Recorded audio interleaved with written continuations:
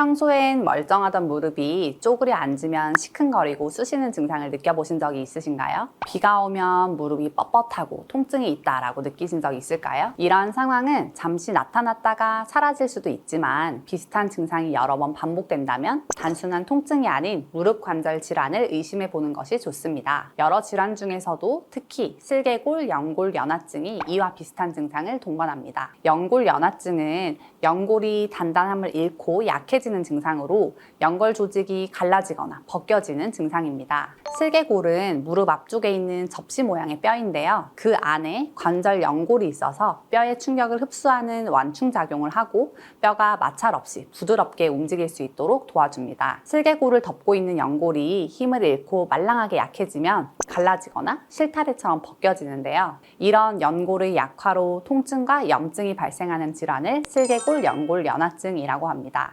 슬개골 연골 연화증의 주된 증상은 무릎 관절 앞부분의 둔한 통증입니다.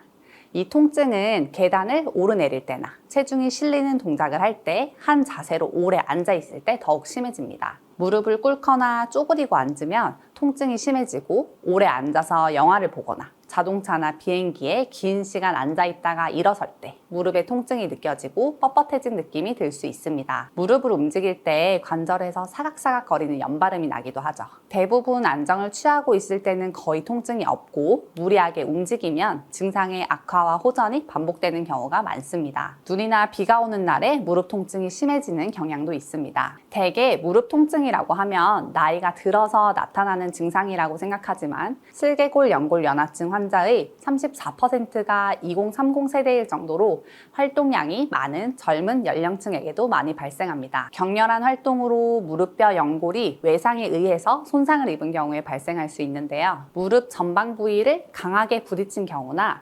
무릎뼈가 탈구, 골절로 관절면이 어긋난 상태 그대로 치유된 경우가 해당됩니다. 설령 외상이 없다고 하더라도 갑자기 무리하게 운동을 하거나 무릎을 과도하게 사용해서 발병하기도 합니다. 특히 이 질환은 주로 20, 30대 여성에게서 많이 발병하는 질환이기도 한데요.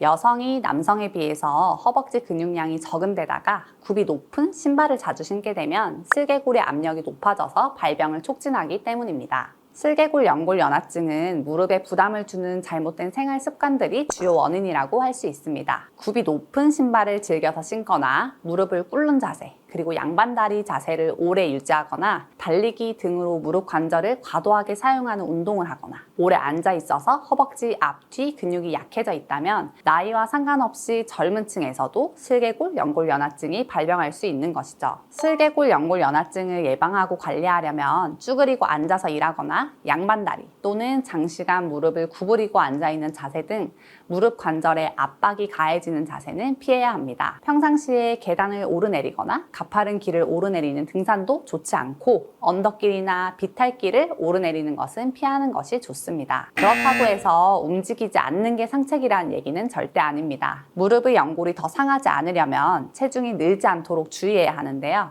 슬개골 연골 연화증을 예방하고 치료 후 재발을 막기 위해 꼭 필요한 것이 바로 운동입니다.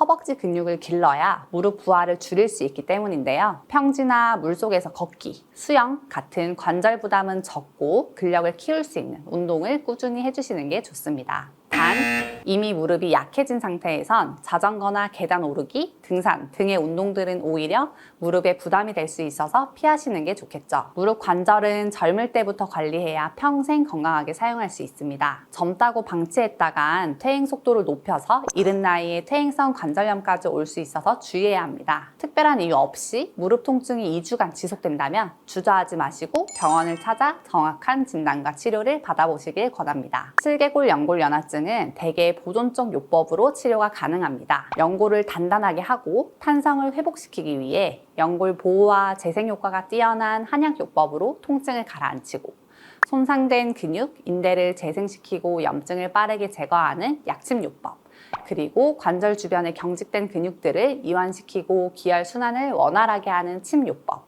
불안정한 무릎 관절의 균형을 바로잡아 무릎 부담을 줄이는 추나요법이 효과적입니다. 치료 후에는 퇴행성 관절염으로 진행되는 것을 예방할 수 있도록 무릎 근력을 강화하는 운동 재활 치료로 슬개골을 보호하는 것이 효과적입니다.